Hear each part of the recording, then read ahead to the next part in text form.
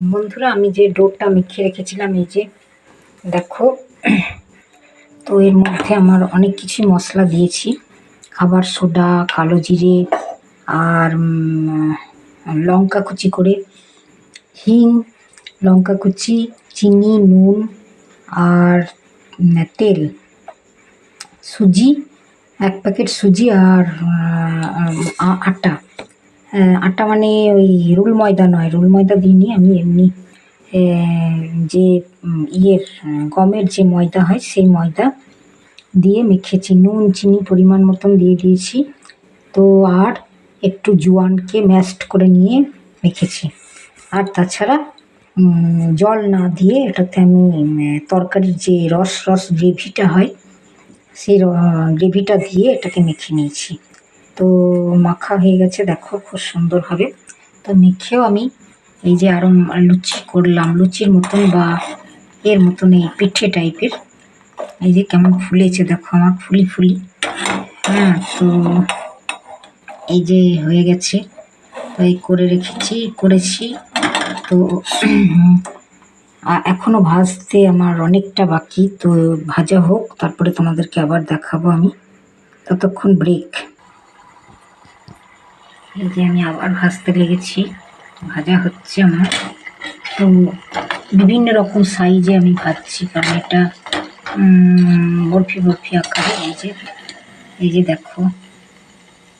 তো এটা কড়া করে ভাজলেও ভালো লাগবে, আবার কড়া করে যদি না ভাজি, নরম নরম করে ভাজি, তাহলেও কিন্তু ভালো লাগবে। আর সব কিছু দিয়ে খাওয়া যাবে, তরকারি বলো, চা দিয়ে বলো, দারুণ লাগবে, দারুণ, মানে দারুণ টেস্ট, বলে বোঝাতে পারবে না। সস দিয়ে খেতে পারো, সব রকম দিয়ে খাওয়া যাবে। তো এই আমার হচ্ছে, আবার ফিরবো। তো এইভাবে আমি গোটাটাই করে নিতে হবে।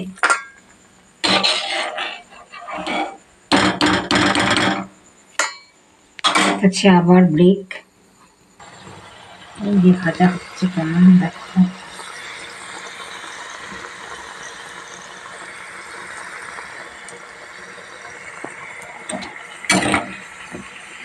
গোল হয়ে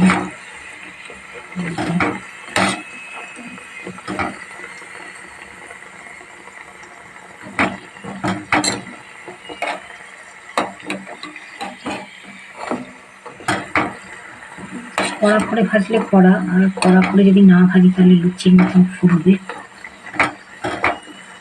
দারুণ টেস্ট হয়েছে, কারণ সব রকম মশলা দেওয়া আছে না, আইটেম, খুবই সুন্দর লাগছে খেতে। আমি খেয়ে দেখলাম টেস্ট করে যে নুন মিষ্টি সব ঠিক হয়েছে কিনা। তো দারুণ, মানে খাস্তা এবং খুব সুন্দর, বিস্কুটের মতনও ব্যবহার করা যাবে, বা লুচি ফুচির তরকারি দিয়েও খাওয়া যাবে। বন্ধুরা দেখো, আমার সব ভাজা হয়ে গেল। তো তোমরা যে যেরকম শেপে তৈরি করবে সেরকম শেপে তৈরি করো। আমি এরকম শেপে, বিভিন্ন রকম শেপে তৈরি করেছি। কিছুটা লুচির আকারে, কিছুটা পরোটার আকারে, কিছুটা নিমকির আকারে, কিছুটা আধখানা মানে আধখানা যে বিস্কুট টাইপের হয় সেই বিস্কুট টাইপের। তো এই দেখো, লঙ্কা দেখতে পাওয়া যাচ্ছে, নানান রকম মশলা, লঙ্কা কুচি, এইসব দিয়ে আমি এটা মেখেছিলাম, দিয়ে তৈরি করলাম। তো